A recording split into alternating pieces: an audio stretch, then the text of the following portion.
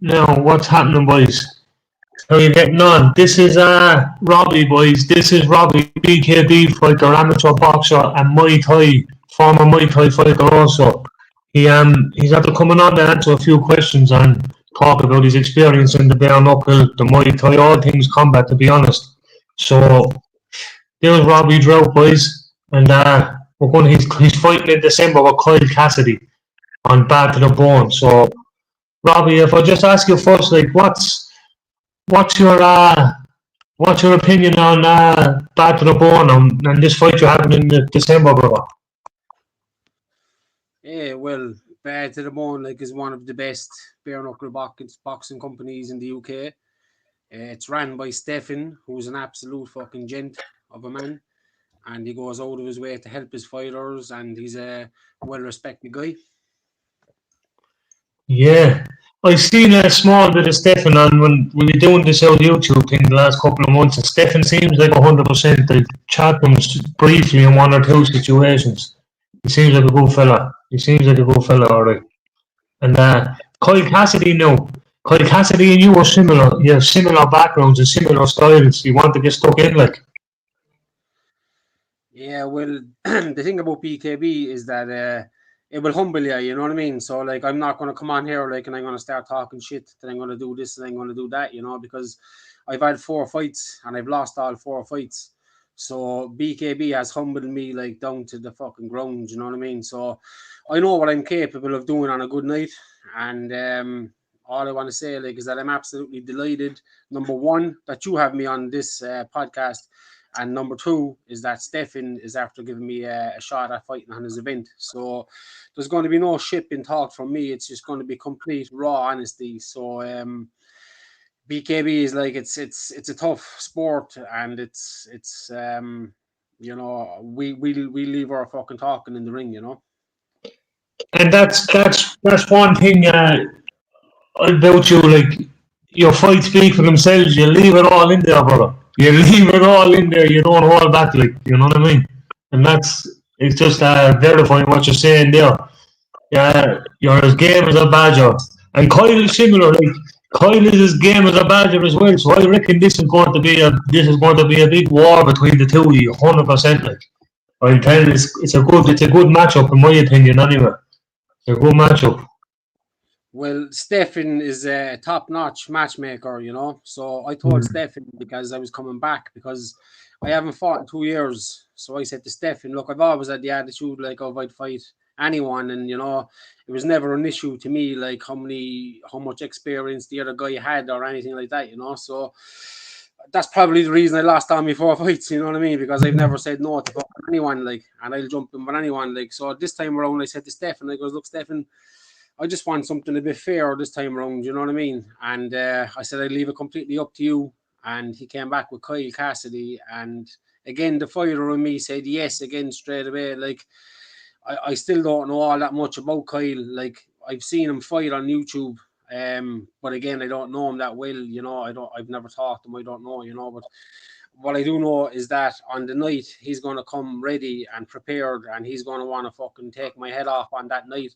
So all I can do is meet that fire with fire, and the two of us want to go home safe, you know what I mean? Two of us probably got family members, I know I do. So I don't want to fucking hurt them or injure them bad, that's we just want to win the fight, you know what I mean? So it will be a good fight, and regardless of who wins, I leave it all in the ring, and I fucking, it's not going to be an easy fight, by no means, We have I have spoken to Kyle once or twice on another podcast before. It's called the No Nonsense Podcast, and Kyle, when I seen that matchup, right, myself personally, I said they couldn't have been much better. I'm telling you, if you look back at Kyle Cassidy's fights, you look back at your fights, it's just like style make fights, and that's a style. Them styles are going to make that fight. The two of you similar styles. As you say, you put it all out there, and I'm buzzing for it. To be honest with you, I'm buzzing, Robbie. Ever since I came across you that time, I looked into you, and you know what you're about. It's in you. It's in you, you know what I mean. You know what you're capable of. You know what you're doing, and this is going to be a one to watch out for. Facts. And I'm it just, what's that, I'm just sorry?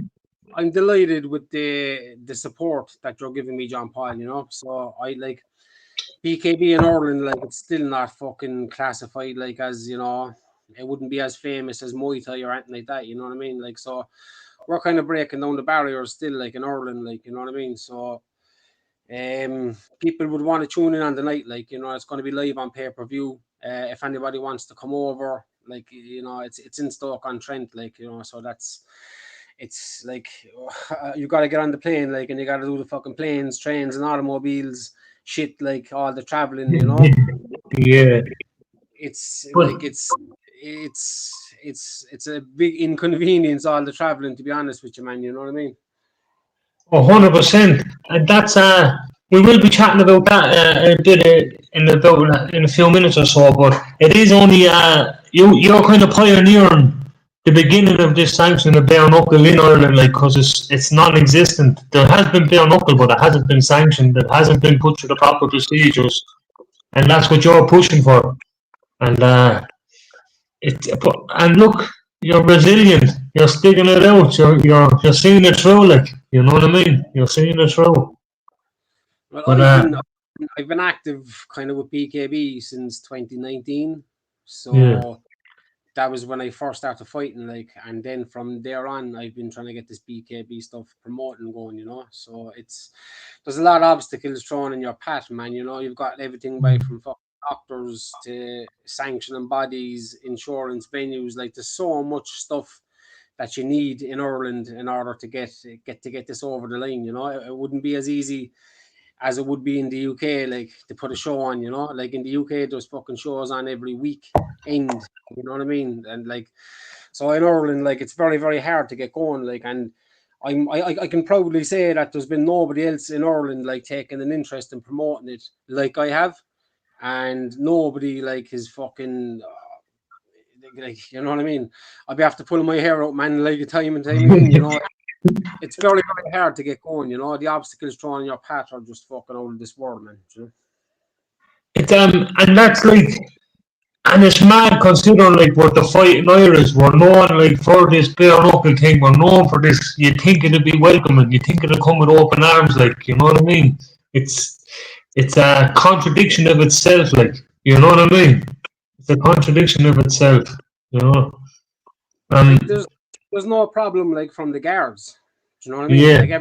everybody, well, everybody might think like, oh, it's the guards have a say in it. It's nothing to do with that, like, because like I've been into guard stations, like, and they have no problem with this going ahead, like, as long as it's sanctioned and as long as you got the insurance. So like for 5 years I've been fucking knocking on doors where there's been no answer. You know what I mean? I have to go on around in circles by from ringing venues to getting insurance, and everything has just been no, no, no.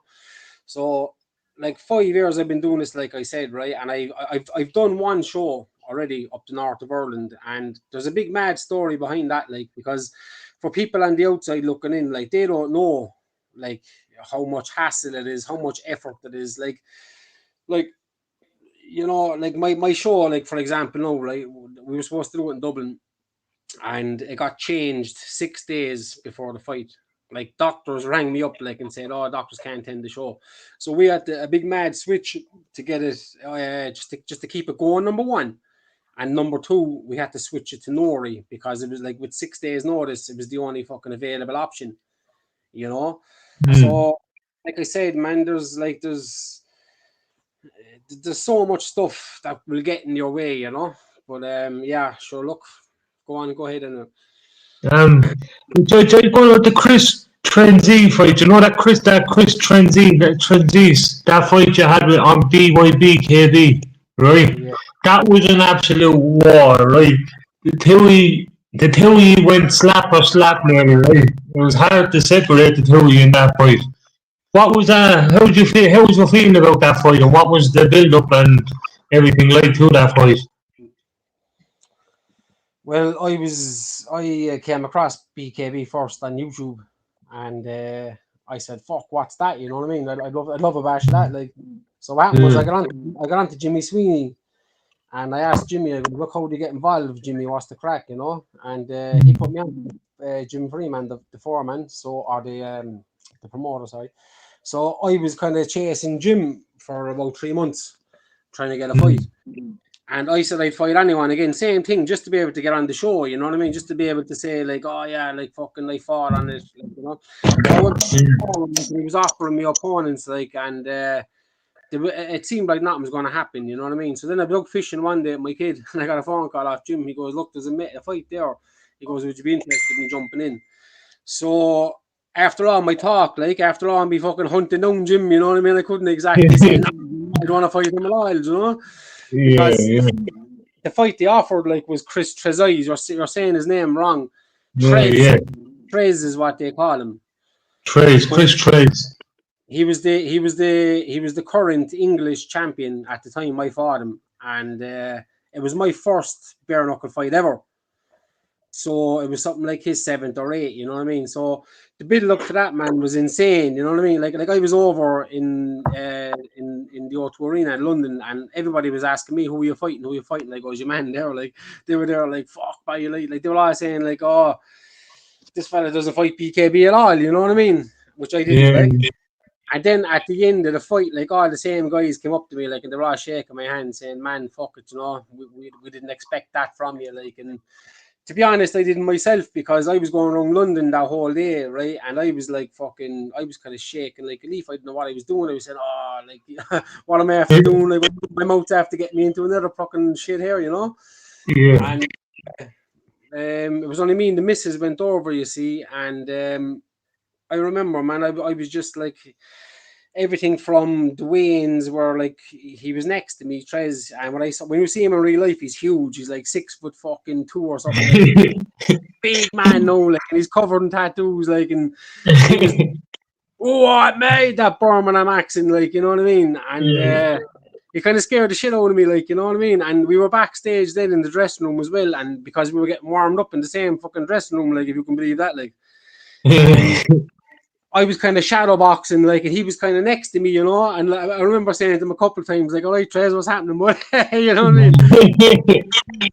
And then, like, fucking an hour later, we were in fighting, you know. But all I can say, like, is that, like, he brought the best out of me in that fight, and I didn't know what I was getting myself in for. I didn't think, like, oh fuck, this is bare knuckle, like, you know, I didn't think.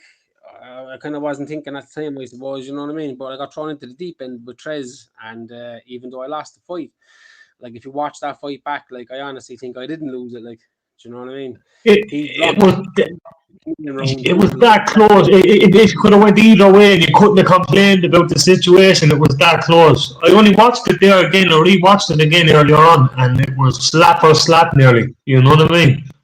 And you left it out there, but you left it out there. And Trez is a hard man. I see the two of you were after coming through the walls. That's that picture you have. That picture. That's that famous picture you have, isn't it? The two boys were out. There was like a head-on collision, push, and you just smashed into each other in the middle. You know what I mean? It was mad. It was mad. Yeah. I remember, right? He had a big scar under his eye there, right? And what he done was, he put a tiny little fucking plaster over it, like, you know what I mean?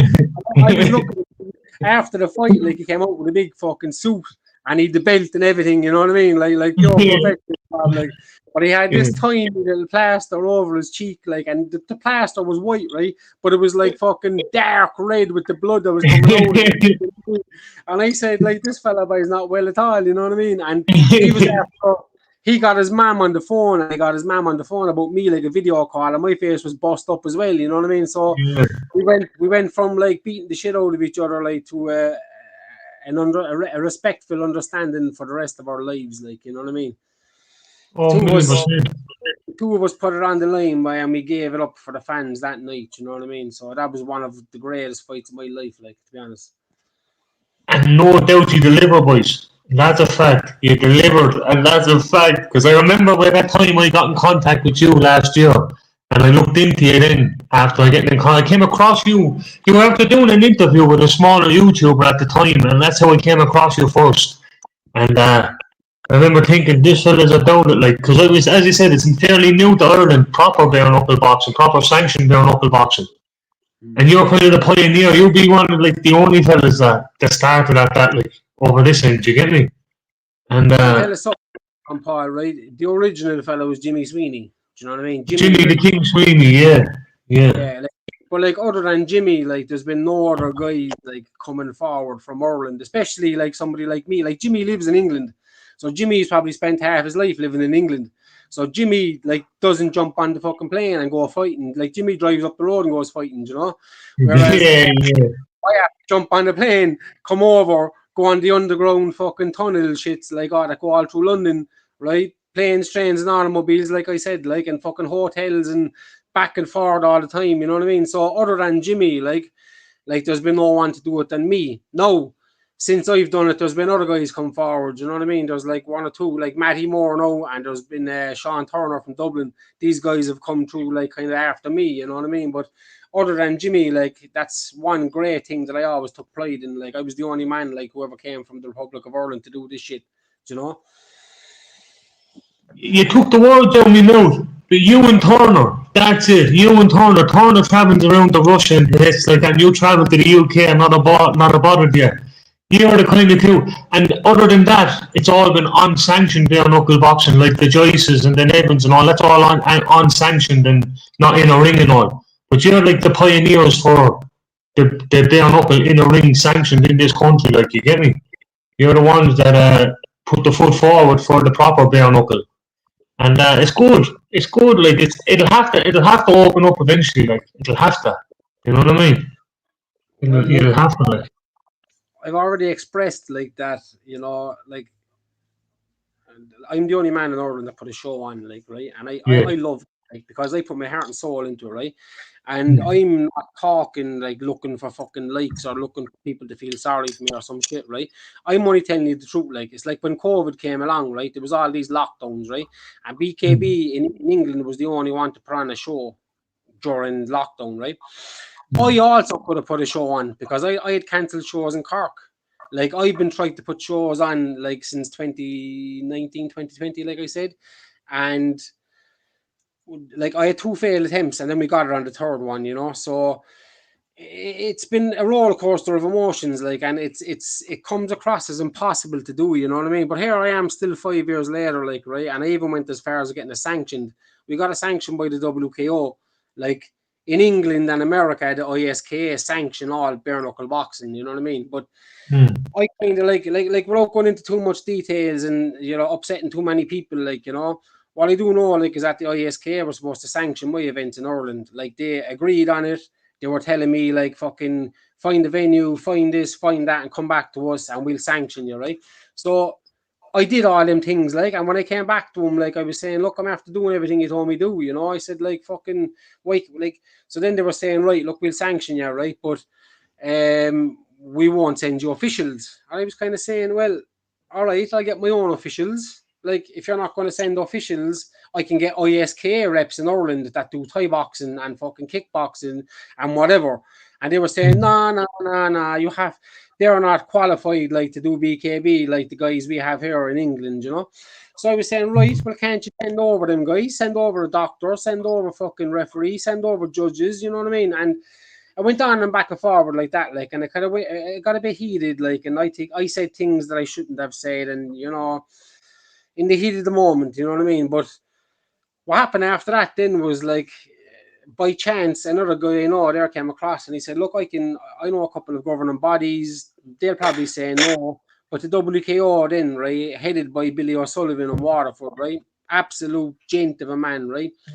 The minute I mentioned bare knuckle to him, he loved it because Billy's a fighting man as well, and like he wanted to see it as well, you know what I mean? So that's where we're at, like, you know what I mean? The ISKA, like, we're supposed to get involved, they never did, but then we got the WKO involved, right? So then we were supposed to do a show in Cork City Hall, and what happened was that we had a meeting with City Hall, right? And we went in November, say October, November. They agreed that we could use it, right? And the date was the 18th of February. So I went away and I promoted it. I set fights and I fucking did everything that I had to do, you know what I mean? And I don't know what it was like, but somewhere along the lines, like, they were getting complaints. So you can make up your own opinion and your own mind, like, who complained, you know? Was it amateur boxing in Ireland? Was it Thai boxing in Ireland, which I don't believe it was? Was it fucking ISKA throwing their weight around saying, "Oh, we're not going to sanction you, we're going to shut you down"? Because I was getting phone calls from people and messages from people asking me, was the show still going ahead? Right now, this is the funny thing about it, John Paul. Right, I knew the show was cancelled on the Friday. Right, people were messaging me on the Saturday saying, "Is the show still going ahead?" And I was kind of thinking to myself, how do you know? Like they were asking me, is the show still going ahead? So somewhere along the line, right, people were after putting in complaints to the city hall, right? So I went into the city hall. I was in there for about an hour and a half. I was meeting with your man there, Barry Sheen, right? And I answered every single question that he wanted, right? From insurance to sanctioning bodies, how much I'm going to charge for a ticket, how much the pay-per-views are going to be, who's fighting on the show, right? So I was after answering everything he wanted. I gave him an A4 page full of answers, right? Back and front, turn the sheet over, right? Everything he wanted, I explained, right? He then later turned around to me and said, look, I can understand that you have everything locked down and you have everything in place and everything is fucking, He goes, I got to take this to the higher up. He goes, we'll be back on to you Monday morning and we'll let you know off the show, right? So Monday came in, right, heard nothing, ringing him flat out, heard nothing. Tuesday, got a phone call saying the superiors have said that the show is not going to go ahead. So, you know what I mean? It's been an uphill struggle, right, is the word. You know what I mean? It's what I can gather from that is they set you up to fail. They didn't want to straight out say no, but they looked for every reason possible for it not to happen. That's what that sounds like to me, to be honest with you. Well, look, I'm not going to come on here and I'm not going to talk about that.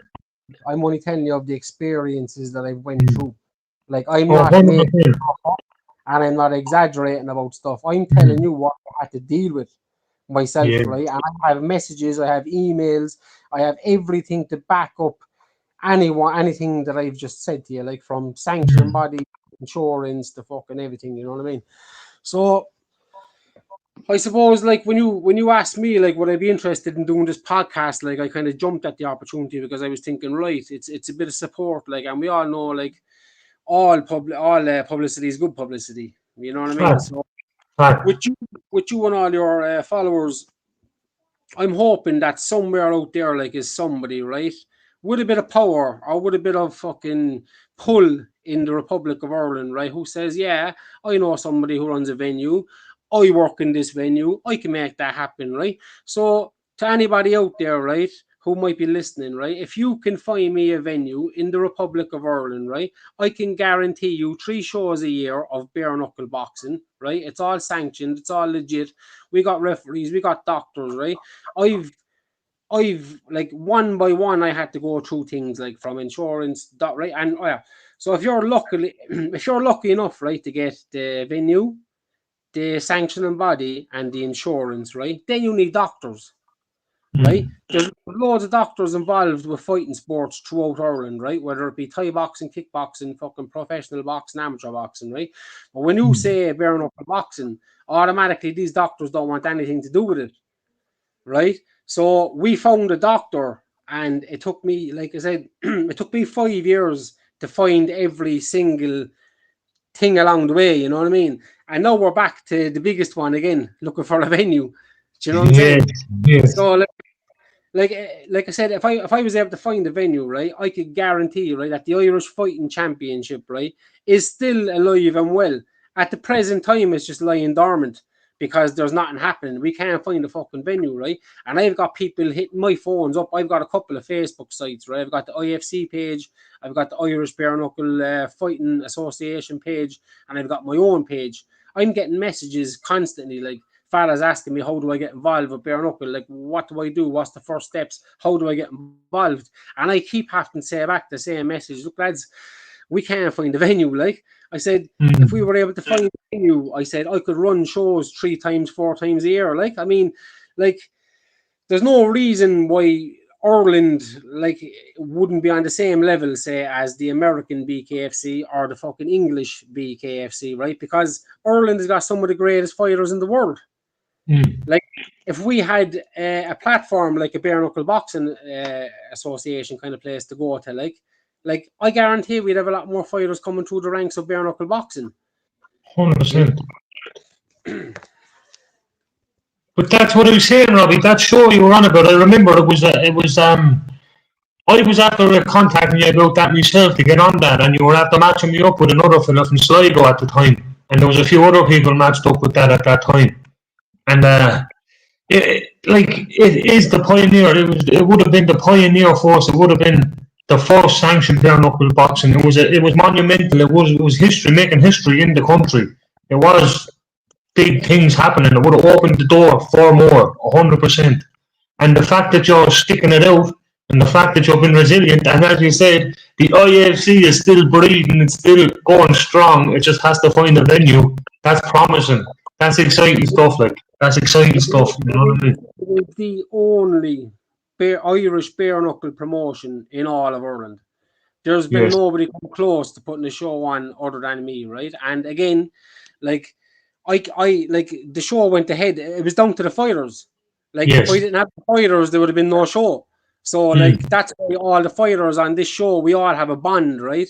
That will last for a lifetime, right? And some of the fighters that were on my show actually progressed and moved on to bigger platforms like BKFC UK and BKB/BYB and Bad to the Bone. So like so I'm just saying, give us a fucking chance, like, you know what I mean? Let open up the doors for us, you know, like, I mean, you know, like you could argue like Conor McGregor getting involved with bare knuckle might be a good thing for Ireland as well, or something, you know. But like I've reached out to Conor McGregor, right? I didn't speak to him directly, but there was a third party involved, like, you know what I mean? And I've asked him, like, would he get involved and would he help out with the Irish bare knuckle and fucking, because the question I keep asking myself, John Paul, is that, right? Why is he involved with BKFC America? Why? Like, his name alone is like BKFC, like his name is bigger than BKFC. He's the one with all the money. Like they reached out to him to become a partner to them so that he can take them to the next level. But I'm saying, why can't Conor help fucking us out? Help the Irish out? You know what I mean? Come to us. Because I've already reached out to him. If he looks through his messages on Messenger, he might see a couple of messages from me. And there was a third party person involved as well, where I've relayed messages back to this guy who I thought was going back to Conor. Now, if Conor didn't get my messages, and if he doesn't know about it, then I can accept that. But if he knew about me, like, and he just said, fuck it, like, you know, not interested, then that kind of annoys me, you know what I mean? Like, why not help out the Irish, John Paul? Do you know what I mean? He's always on about helping the Irish, and I'm fucking Irish. I'm only 2 hours down the road from him. I'm the only man. Get more Irish. You don't get more Irish than you, Robbie. The only man in Ireland, right, to put on a bare knuckle boxing event. I'd even say the world, John Paul, because other organisations are trying to put shows on in Ireland and they can't do it. You know what I mean? But it would take somebody like Conor to fucking open up the doors, you know what I'm saying? And as much as we all respect Conor and everything else, you know what I mean, I kind of feel a little bit annoyed because I'm at it for 5 years, nearly 6 years, like, and I've got no money and I've got no support behind me. But if I had support behind me and if I had money behind me, example Conor McGregor, it's like, why can't Conor come fucking in, right, and set up his own Irish bare knuckle, right, and let me fucking run it or be a part of it? You could be like the Bakewell in England. You could be Robbie in Ireland. You could have BKFC Ireland, for instance, and you could be a running force in that. It's going to happen anyway, but it's going to be BKFC on a show that where Conor's running. Do you know what I'm saying? I'm saying that's diluted show. That's not Irish. You know what I mean, Conor? If you're this way, like, right, get in contact with me, right? I'm willing to work with you, right? Set up your own Irish bare knuckle fighting, right? It will be the biggest in the world. What do you need the Americans for? I don't understand, like, right? They are coming to you. You're the one with the money. Conor, open your eyes and realise, my brother, right? Set up the Irish one and fucking, it would be the biggest in the world. Definitely, like, it doesn't get more Irish than bare knuckle fighting, like, that is as Irish as it gets, like, you know what I'm saying? It's mad how I can't understand how it's not after happening already, like, same as yourself and many others, like, and you're the driving force behind that at the minute, you know what I mean? Like Thai boxing, right? Thai boxing is the most dominating sport in Ireland. John Paul. Right? Everywhere you look in the country, right, there's a Thai boxing event happening every weekend, right? You go to Clonmel, you go to Limerick, you go to fucking Dublin, you go to fucking Cork. There's shows on, like Thai boxing, right, is the most dominating sport, right? And I've had venues tell me, like, that bare knuckle boxing is too dangerous, it's too this, it's too that, right? But I'm trying to say to myself, if you look at a Thai boxing fucking fight, right, you've got elbows, which are bare elbow, you've got bare shin, you've got bare knee. Like the only thing like in Thai boxing or like that's covered is your hands. And Thai boxers don't use their hands, like they use their elbows and knees and clinching, you know. So I'm kind of bedazzled by where people are saying like, oh, Thai boxing or bare knuckle boxing is more brutal than can be. You know what I mean? It's so wrong, but it's just people's perception of it. Like they think like, oh, it's bare knuckle boxing. They think about travelers out in fields, right? They think about fucking people like doing stuff like that, you know. And I have no problem with travelers sorting out their feuds out in their own fields. That's their own thing. That's their fucking history, and that's whatever travelers do, you know what I'm saying? But what I'm trying to say, like, is that there's a fine line between travelers fighting out in fields, right? And this professional sport now that's after becoming the fastest growing combat sport in the world. Like, look at America. Like, I'm sure there's no like travelers fighting in America. You know what I'm saying? Exactly. But, like, it's just people in our, I don't know if it's just an Irish thing or what, like, but they have like an understanding, or we're behind people, you know what I mean? It's like we need other people to kick down the doors before we can fucking follow suit, you know what I mean? It's like Ireland are living in the old times for some reason. It's true, and it will take someone like McGregor or someone of that stature and standing to open the door fully. Like, that's when they can't deny it then. If someone with that kind of pull and that kind of few quid behind him and that, if he was to back like someone like yourself, for instance, and put the funding through you and the whole lot through, then they can't deny it. That's kicking at the door, and the door will be blown open then, like, you know what I mean? It's You have to remember, right? BKFC reached out probably to Conor McGregor. Conor McGregor's the fucking man. He's the money man, but he's like his name. Like, that's why BKFC knew if they can attach their name to Conor McGregor, that it will take the BKFC, which was probably failing, to the next level. Do you know what I'm saying? But I'm saying like when I heard it, like I was there, like why doesn't he just open, like, right? Even if you take me out of the equation, right, and just forget about me, why can't he just open up his own Irish bare knuckle? What does he need the Americans for? Nothing. They need him, like. Yeah, it's the truth. And this country here, right, we've got some of the best boxers in the world, right? Look at all the Olympics champions you had. Look at all the world champions we've had, right? For such a little country, right? We sure as hell are producing some of the world's best fighting talent you've ever seen. You know what I mean?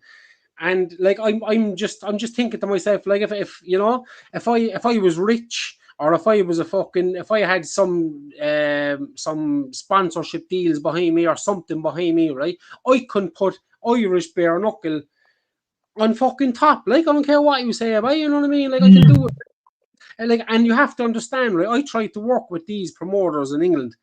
It's not a case like of I just said, like, I know Andy Bakewell. I've talked to Andy Bakewell. Me and Andy Bakewell had some serious plans that we were going to do during COVID. In fact, I left my BKB I had a 2-year deal with BKB, right? I left that because I wanted to get out of it so I could start my Irish bare knuckle shit, right? And that was kind of going to Bakewell as well, like, right? So, like, Andy Bakewell kind of forgot about me, like, when he became BKFC UK. Do you know what I mean? Like, when he was this bad to the bone, like, he was my friend. And now that he's BK UK, he's not my friend. Do you know what I mean? So whether they find that a threat, like, I don't fucking know. Like, maybe they don't want anybody in Ireland doing this because it'll wreck up their chances, like, of coming to do a show in Ireland. But I was there one time to work with everyone, John Paul. You know what I mean? Like, because you need allies in this business. You know what I mean? And the one person that always came forward was Stefan. Stefan was always by who he wanted to come forward by, and we done an England versus Ireland in England, right? I'd love to do an Ireland versus England over here. I'd love to get Stefan over here, like, and we could have a fucking Irish team, like, and you could be fighting yourself, cuz, do you know what I mean? 100%. 100%. Just like, I'm looking for the answers, and I'm searching, and I've been getting onto people to help me out, and nobody gives a shit. No one cares. So then when Conor McGregor gets involved, everyone cares. That's always going to be the way. Like, it's the stature of the man. It's this like what this man brings to the table, and that's the only reason. It's the money. It's simple as the money. That's it. Like Is Conor McGregor. Like Irish yeah. Bare Knuckle Fighting Association already be established and it will be set up, and it will be. It's because like I'm fucking working class who work. Do you know what I'm saying? I'm a working class fucking family man who's got to work 8 hours a day on the building site.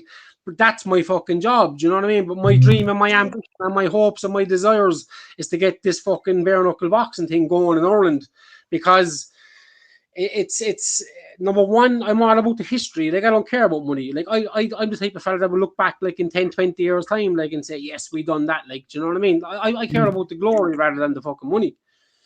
Like and like when you do, I'm not even going to say if you do, because Robbie, you're that adamant it's going to happen that you're going to be involved in it when it does happen in one way or another, and that's a fact anyway. So when it does eventually come to a head and it does happen, you will be one of the driving forces that brought that to the country, like, and that's an accomplishment. That'll be an accomplishment in itself. You understand? Because it's a small circle. The bare knuckle circle in Ireland is a small circle compared to places like the UK and all. And you're kind of one of the names, and Turner, yourself, and a couple of others that like they're the only kind of names that come to the forefront when you think of proper bare knuckle boxing. You understand? So you're resilient, like that's one thing I said, that you're adamant you're going to get it done. Like you're going to get it done. I no doubt you're going to get it done. You know what I mean? It's just every day I wake up by right, I have these thoughts going through my head by right, find the venue, right? Like I dream about this shit by right. I've been thinking about it by morning, noon, and night, right? My life is taken over, John Paul. Like I'm not just saying this as a joke, right? I'm telling you. When I was planning the show there, the last show in Cork, right? You have to take into consideration by everything from running the show, right? So I have to get fucking DJ, I have to get commentators, I have to get a ring announcer, I have to get a ring girl, I have to get fighters, I have to get referee, judges, sanctioning, doctors, venues, insurance. I mean, my God, by the amount of shit you have to do, like, do you know what I'm saying? For putting on a show, like where in Ireland, right? There's there's Thai boxing shows going on like every fucking week, right? There's amateur boxing tournaments going on every week. There's professional boxing shows going on in Belfast or Dublin, everywhere. It's like, why can't we do it? Do you know what I'm saying? Fact. And as while you're on the Thai boxing there, what was your experience with the Thai boxing? Because you have numerous Thai boxing fights as well. What was your experience and your overall opinion of the Thai fighting? What was your I love it. I fucking love it, right? Straight up, right? Like I was never a fan of MMA, right? I was never a fan of fucking two fellas rolling along the ground by, right? Fucking wrestling each other and jiu-jitsu, right? But at the same time, right, I understand MMA, right? And I understand that jiu-jitsu was one of the greatest fucking fighting combat fights in the world, right? It's brilliant, right? But me personally, I'm just a striker. So if I liked MMA and if I was into all that, because I grew up watching wrestling, like, I mean, I can do loads of wrestling that me and my brother's done for years. Like, I'd love to have an MMA fight. Like, part of me, like, would love to jump in because I have the boxing background, I have Thai boxing background, and I fought in K1 as well. So I have a good stand-up pedigree, you know what I mean? And I've never trained on the floor, and I've never trained fucking rolling around on mats and jiu-jitsu and all this, right? I've never done it. But at the same time, I'd love to have a fight, right? But the answer about Thai boxing, man, is that I love it. It's fucking brilliant, right? It's, you know what I mean? You can fight like in a controlled environment where if some fighter gets in trouble, the referee is there to save you.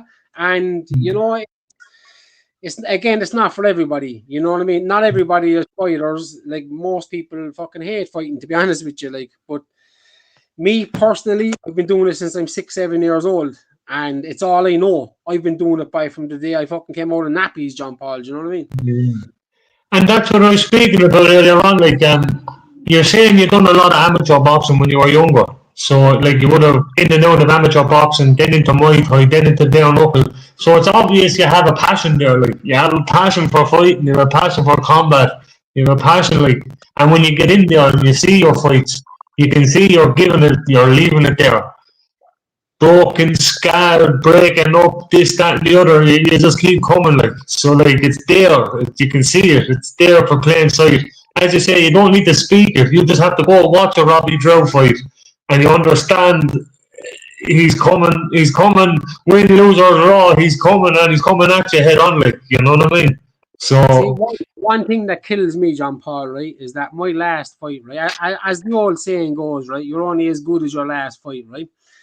My last fight, right, it was on a Stephen show as well, Bad to the Bone, right. It's 2 years in February coming, right. So I got stopped in the first round, right, and I had to live with that every day of the week, right. People don't understand, like, they just see you fighting on the night, right. They just see you losing. They don't see the blood, sweat, and tears, and I fucking mean that, by right. I have to work 8 hours a day on the building site, right. I have to come home to my kids who I'd see for a half an hour, right. Then I got to go training. You know what I mean? And I'm gone again. I come home again, they're asleep. Wake up the next day, repeat the same shit over and over again, by right? Blood, sweat, and tears, by right? And that's the honest saying, right? And like I started boxing at a young age, right? And my dream, one of my fucking childhood dreams, is to become a champion. Like, it doesn't have to be a world champion. Like, I always like growing up, like, I've always wanted to become a pro boxer, right? A good friend of mine from Cork, right? Gary Spike O'Sullivan, right? He made it as a pro boxer, right?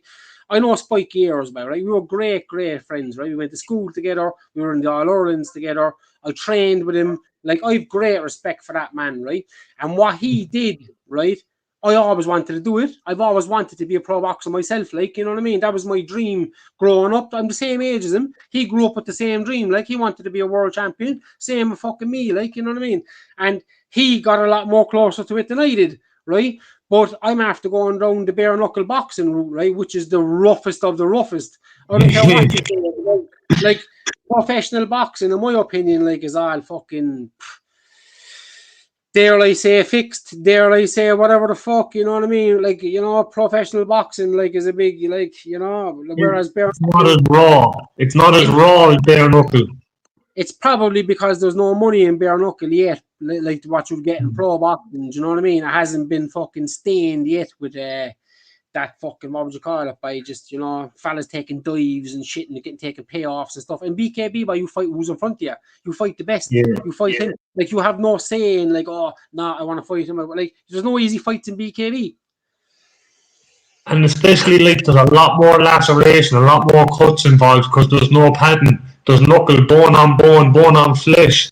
Like, yeah, it's a different. There's a lot more brain damage in glove boxing, but there's a lot more cut up in bare knuckle. Like, you know what I mean? It's because it's a certain type of breed of man that's going to go in there and eat them cuts and bruises and slaps and bangs and go forward. Like, you know what I mean? It's but when different. you say that, Paul, like, when you say that, like, a different type of man, right? Maybe that's what people believe and think, like, oh, you must be something serious around you doing fight bare knuckle, right?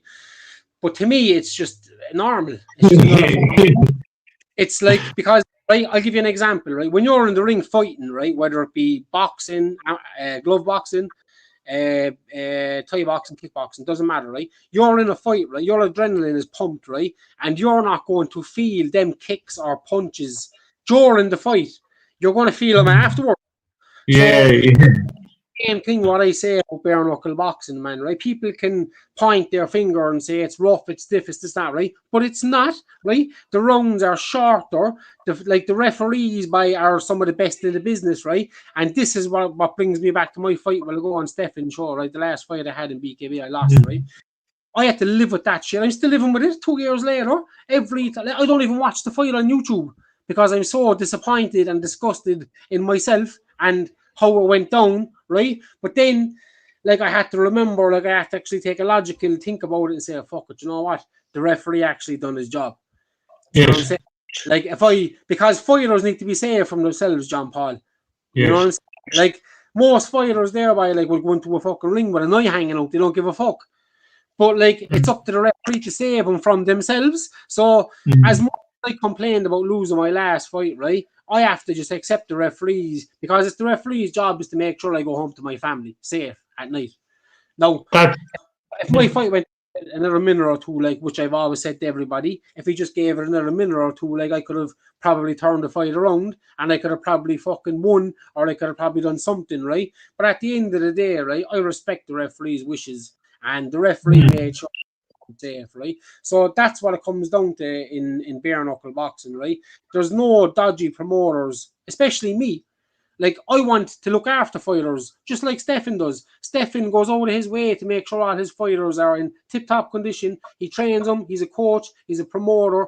Like, Stefan is one of the nicest blokes I've ever met in this BKB circle, like you just said, well ago, that's so small. I mean, people pretend to be your friends and they pretend to help you and they pretend that, oh, we'll get you going, mate, and we'll do this and we'll do that and we'll do that. Stefan is the only one that kept his word. Yeah, and anyone I've seen in this side of these podcasts and all, they have nothing but good. They've all said the same and similar comments about Stefan. And the little interaction I've seen from Stefan is he seems to be on the ball. He seems to be 100%, and he's doing good things. Like, you know what I mean? Stefan's organisation, believe me, is on the way to the top. Like, he's one of the nicest blokes you'll ever meet. Right? His shows sell out all the time. They speak for themselves. You know what I mean? He puts the best of fights. He wants to make sure all his fighters are safe. You know, he's given me an extra shot at coming back over. He, like Stephen O'Neill, a guy there, he fought on Bad to the Bone as well, going back the same time I fought on the Ireland versus England card. Like, Stephen is an absolute warrior too, and like legend, and he fought on my show, and Stefan took him over as well, and he gave him an English title shot. And like, you know, it's that's what we need, like more people coming together and helping each other out, you know what I mean? That's I'm gonna go. We'll have a little chat about Irish Fighting Championships 1 that you done up the north in Newry. We have a little chat about that. I'm after, like, I was after watching it before that time you were after setting up that the IFC 2 before a few things went against you and it was cancelled. But like your brother Damien is heavily involved in all your ventures as well, like, isn't he? Yeah, but he's my brother. He's my younger brother. I've got two brothers. Damien is the younger one. But Damien, like, he's always been interested in BKB as well. You know what I mean? And, like, I suppose, like, Damien have his own fucking axe to grind. You know what I mean? He wanted to prove that he can do it too, and he can, because Damien, he trained for us as well, or trained with us, and like, he did everything he had to do. You know what I mean? He turned up and he fought on the night. You know, like, he was unlucky on the night where he lost. But I think because the Irish bare knuckle has now taken like a bit of a back seat, like, I think that's why he's after taking a bit of a back seat. You know what I'm saying? Like, if I was able to run shows concurrently, like, then Damien would be fighting all the time, because he's my kid brother, right? He's a younger version of me, and I'm a fucking beat. You know what I'm saying? But I seen he was fighting your man Getty. Like, it was a good fight. It was a very good fight. Like, the two boys were going for it. Like, you know what I mean? And Damien, John Paul, he's a southpaw, right? So Damien got a beautiful left shot on him.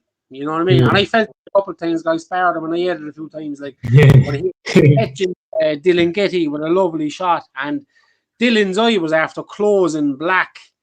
Like, if Damien didn't get stopped, he would have stopped Dylan, I reckon, in maybe another round, or maybe in, like, you know what I'm saying? But unfortunately, what happened, like, was that with these weigh-ins, like, do you know what I mean? It's another flaw in the weigh-in situation, but it's like, people weigh in, say, 1 o'clock on a Friday, right? Say 78 kgs, right? Then they come back. They come back the next night, then 90 fucking 5 kgs. You know what I mean? Madness. It's madness. Like, it's the same in pro boxing, like, where they do the weigh-in like 24 hours before the show. So, like, anyone who's a natural fighter, say, for example, who cuts the weight easy and doesn't take off, right? They're not going to put back on as much weight in, like I'll give you an example, right? Like, my show when I fought, right? I weighed in at 82 kilos, right? I came back the next night at something like 84 and a half. Yes. Whereas, like, my opponent was probably 10 or 15 kilos heavier than me. Yeah, he rehydrated, and it's the genetics is mad. Some people rehydrate and put the weight back on better and quicker than others. Like, it's mad, like, isn't it? But It's you should be mad. fighting heavier weight then, I think, like. Do you know Oh, what I'm saying? 100%. 100%. Yeah. You see it with the UFC. Who is it for like that? Alex Pereira. Like that man weighed in at 185, 185 pounds, right? And the day later, he's like up over 200. You know what I mean?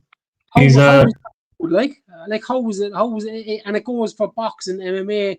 You know what I mean? Like BKB in England, London, right? Do the same day weigh-in, which I've always agreed with.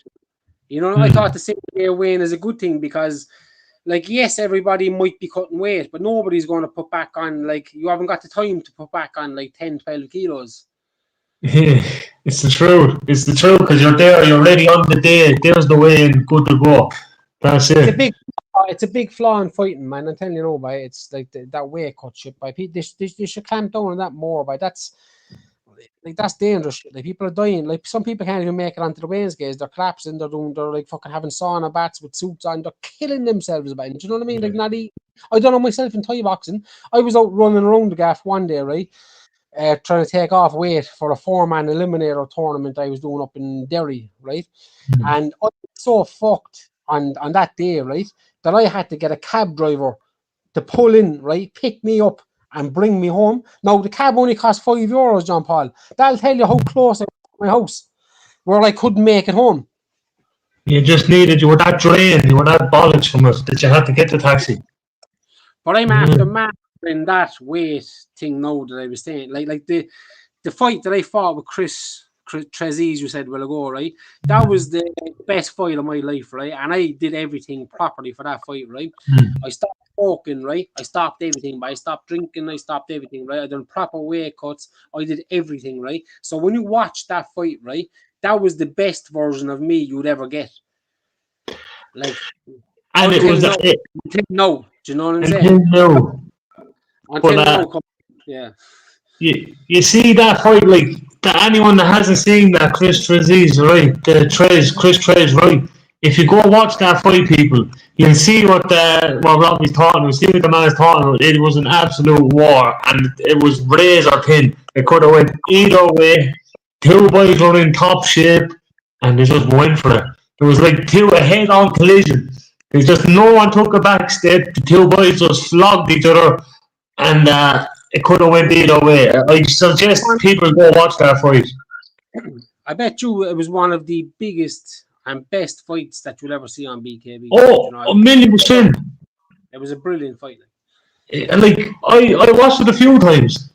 And while I'm thinking of that, right, there's also a viral Muay Thai moment that you had as well.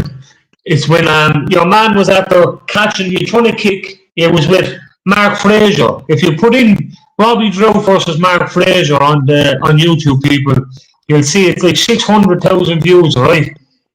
Yeah, the Fraser throws a kick, or no, Robbie throws a kick, Fraser catches it, and then it's like a jumping kick. So it's mad, like it's like a flying kick while your leg was caught. You know what I mean? It was. Break it down for you know, John Paul, right? What happened was, right, I fought Mark, right? And what happened was I threw a right body kick at him. He caught my leg, right? And the next thing, any Muay Thai practitioner will tell you, like, if you catch somebody's leg, right, they're going on the floor. Like, you're going to sweep their other leg, they're gone on the floor, or they're going to get dunked, or they're going to something, right? So he caught my leg, right? And coming back to my days as watching wrestling, right? If you watch wrestling, Owen Hart, a wrestler, Yes. called the Inzaguri, I think it is. Yeah, man, we catch your leg and you flick up the other leg, right? But I was after doing it a couple of times in training. So it wasn't the first time that I ever did it, right? So again, right, not to pull you, right? But you said 600,000 views. That's probably only on the platform you're looking at. It was also on Fox News Asia, right? Joe Rogan was talking about it. Everyone was talking about this. Like, this was after like a viral sensation. And like what happened was, again, like I was after doing it a couple of times in training, like, you know, and on the night it wasn't planned. I put my hands up and say that. I didn't think to myself I'm going to do this kick tonight. That wasn't planned. But what happened was I was after doing it so many times in training that when your man caught my leg, I was after bouncing twice on my left leg. Now, anyone, like, there's been a couple of people trying to do this kick after me, right? And they can't do it, right? But your right leg is caught, right? So you're bouncing on your left leg, right? And you need to get the power and the fucking flexibility to jilt yourself up with the same leg, left leg, and then kick with that leg. And I did it, and you know, like it was probably the best Muay Thai moment of my life. And when it comes to BKB, the fight against Chris Trez was probably the best moment. Like the two of them moments would be the best thing that I've got out of fighting. And like like the moments you won't forget. That like that fight in itself was so unique, and that kick in itself was so unique in the Muay Thai platform. Like you don't see it, that they'll be remembered. Like they will be remembered for a long, long, long time. Like, and you're after accomplishing everything and more. I'd say, Robbie, all you're mad to do now is just kick the door open and get the bare knuckle going here in Ireland. That's what it sounds like. You just said that there, right? I'm after accomplishing everything I set my mind to, right? And I did, and I accept that, like, and I live with my missus and my kids, right? And like, I'm after doing everything I said I would do. Like, I wanted to fight BKB, right? I'm the only man from Ireland outside Jimmy Sweeney at the time, say, to go over to England to do it. Do you know what I mean? And even I go one step further than Jimmy, because Jimmy, even though he's Irish, he lives in England. He's only got to travel up the fucking road. I'm the one like who's got to jump on the plane, right, and fly over, right, and fight and come back. Do you know what I'm saying? So I take a lot of pride and a lot of I'm kind of proud of myself and happy with myself for what I'm after accomplishing so far, right? But at the end of the day, I still have a lot more that I want to do. You know what I mean? Like my childhood dream, like, would become a champion, like whether it be Muay Thai champion, a kickboxing champion, a BKB champion. All I want to do is get that champion status. Like a dream of mine, like, would be to have a belt above my mantelpiece, like, you know, for all the kids looking at and the grandkids in years to come, like, and I can say, yeah, this is what your granddad did. You know what I'm saying? Because everything I've said I've done, I've done it, and I still believe that I can accomplish a lot more. That as a fighter, though, now you got to understand, right? I'm coming at you from 2 points of view, right? I'm coming at you from a fighter, right? Who's a fighter, who's become a world champion, right? Well, when I say world champion, only we just say champion, right? And then the promotion side of things, like, where I've tried to get that going as well. You know what I mean? But if I kind of had to pick one of them, like, it would be a fighter. You know, I'm always going to be a fighter at heart, like, and I suppose, like, football players, the way football players retire and they move on to become managers. That's kind of the way I was setting myself up for. Like, so when I'd retire fighting BKB, I'd promote it and I'd give back then, like, fucking, you know, help people out, and you know what I'm saying. And that's what I was meant to say as well. That the IFC one, like, you took on many roles in that. Like, you fought on that, you were a corner man on that, you commentated a bit on that, didn't you? Like, you took on a few roles on that show. Like, it wasn't just you had 3 or 4 things going at the one time. You know what I mean? Yeah, number one role was the promoter, right? Yeah. Number 2 then would be a fighter, I suppose, because I also fought on the show. Like, I'm, like, the way I keep coming back to, like, I'm the only one that put on a show, like, right? I'm also the only one who put on a show and fought on it.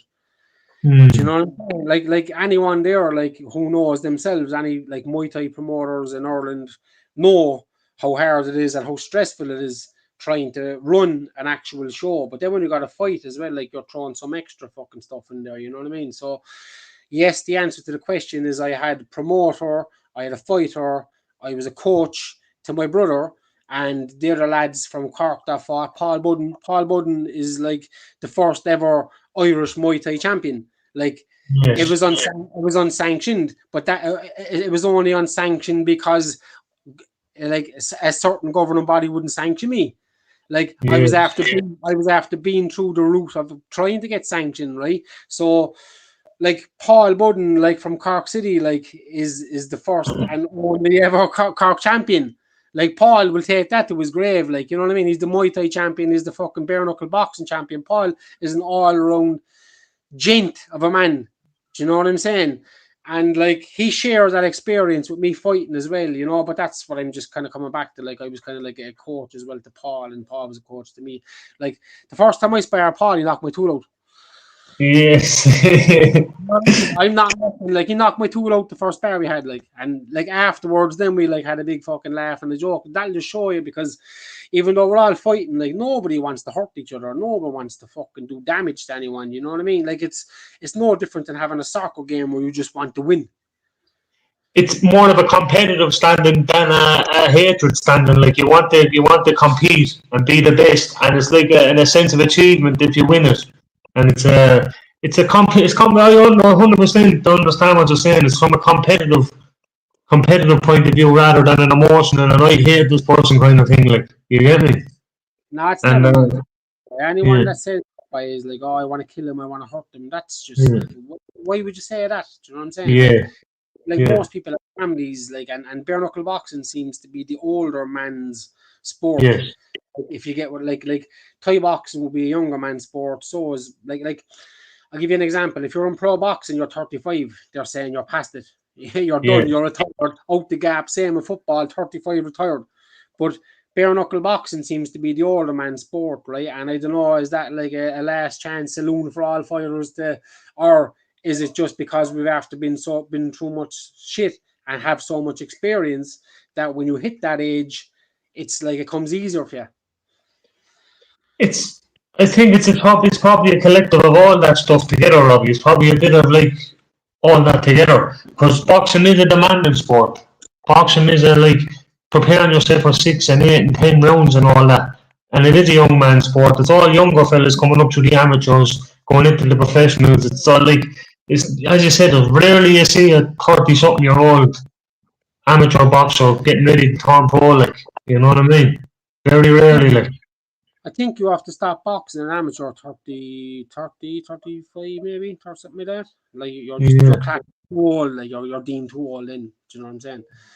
But like when it comes to bare knuckle boxing, like a lot of guys like a 38, 39, 40. Look at the American BKFC, like Lorenzo Hunt and all them fellas, like they're all fucking older, like, and they're all fucking wrecking fellas. Do you know what I'm saying? Yeah. So yeah, I hope I'm after answering all your questions, John Paul, by and No, you're you know, good. we'll ask your audience by if anybody out there like can help us out get a venue. And if anyone out there like can fucking, you know, help us out by, because like I said, I have insurance, I have sanctioned bodies, I have doctors, we have cut teams, we have ambulances, we have every single thing that you need to run a fully professional and safe, legit combat environment. So what I want to do, Robbie, right, is if anyone on my followers there or anyone that's watching this now, if you can get in contact with me and I'll forward your details on to Robbie. Alright, if any have a venue that's willing to hold the fights there for Robbie. And it'll be done with top professionalism. Everything will be looked after. Insurance, as you said, double it'll be sanctioned, insured, health and safety took into factor. Everything will be done.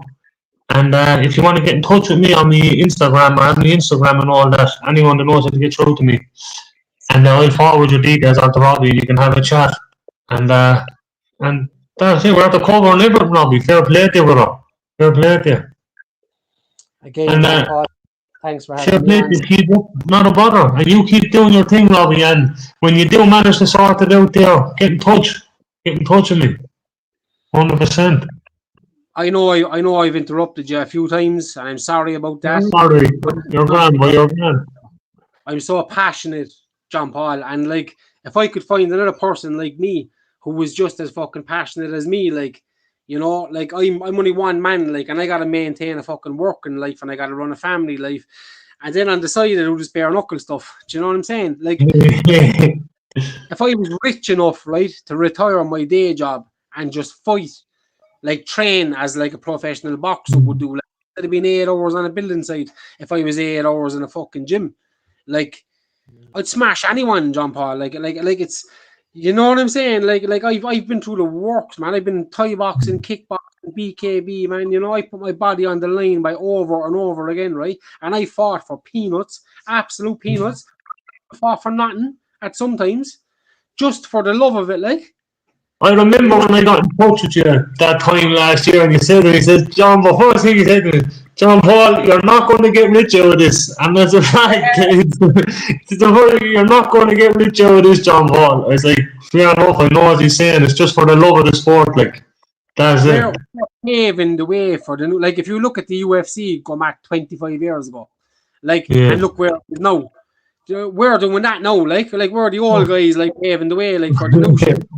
100%. I fight for fucking nothing, right? You know, I like, and it's not. If I got offered tomorrow a title shot over money, I take the title shot because you spend the money like in an hour, whereas you have the title for and the memories for the rest of your life. And as I said, Robbie, I would have been down there and let's say the hotel on the hill down there one time in Cork. I'd know a few boys from Cork, right? And whenever that time when all that's happening, the first thing it says, boys, you right to Robbie's route. Yeah, he's a somebody to have a row. That's the first thing all the Cork boys said to me. I won't say the names on it, but you'd know the people I'm talking about, you know what I mean? And they said, yeah, Robbie sound. You're known as a fighter in Cork City. You're known as the man that will fight, like, you know what I mean. So it's no doubt, it's in you, like, you know what I mean. It's in you, like. I'm not looking like for people to say like, oh, Robbie Drugs. No, but the perception of you is. I fight Robbie for myself. Like, the reason I fight like is for myself. Do you know what I'm saying? Like if I've got a problem with myself, like I'd be arguing with myself in the mirror. You know what I mean? Calling myself a bitch or a pussy, like if I didn't do this or back down, I'd say you're some fucking coward. Like this is what I gotta live with like every day of the week, like, do you know what I mean? So when I was hunting down Jim Freeman trying to get a fight, right, and I'm sure like you could talk to Jim Freeman, he said the same thing, right? I said yes to every fight by right? About their experience, it didn't matter about who the fuck they were, like, you know, and that's probably the reason why I've lost all my 4 fights, John Paul, because I don't care. Like, I want, in order to be the best, you got to beat the best. So, you know what I mean? Like, people look at me like, and I'm like, he lost all his fights. Yeah, his game is fuck. He lost all his fights, though. You know what I mean? And like, that's one way of looking at it. Like, but for me, like, I'm the best fighter in the world. Like, anyone that gives me grief, meet me in the fucking boxing ring, like, and I'll show you how many fights I've lost, and you'll see for yourself. And it's always the ones, Robbie, that aren't doing nothing with themselves that'll always have the snide opinion to say something smart like them along the lines of that, but will not put themselves in that situation, brother. So never mind that, you know what I mean? But it's just for some reason why people always have an opinion, don't they? He should have done this, he should have jabbed more, he should have ran more, he should have sprinted more, he should come into the ring, you cunt, and we'll see. You know what I'm saying? He should have tried to jab more. They're sitting there eating the dominoes and they're about 20 odd scores.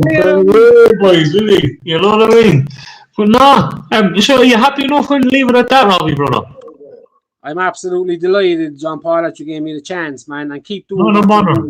Because, you know, there's not many people doing what you're doing, and we need a platform, people like yourselves, because nobody else out there gives a shit about bare knuckle. But let me tell you one thing, if we were talking about Thai boxing, it'd be on fucking Cork Red FM. Do you know what I'm saying? No, like, go back to that Neil Prendable fella as well on Cork Red FM, like, he was meant to bring me on for an interview about BKB.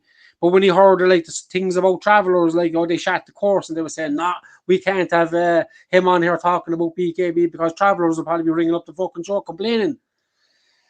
Yeah, see, that's the perception, back to the perception things again. They all think this, that, and the other, but it's not factual. It's just a thought, you know what I mean? It's sticky. And like, I'm delighted, I'm delighted to have you on for the chat, Robbie, and if there's anything else that I can ever do to help you and what you're doing, don't hesitate to give me a shout, brother. Don't hesitate to give me a shout.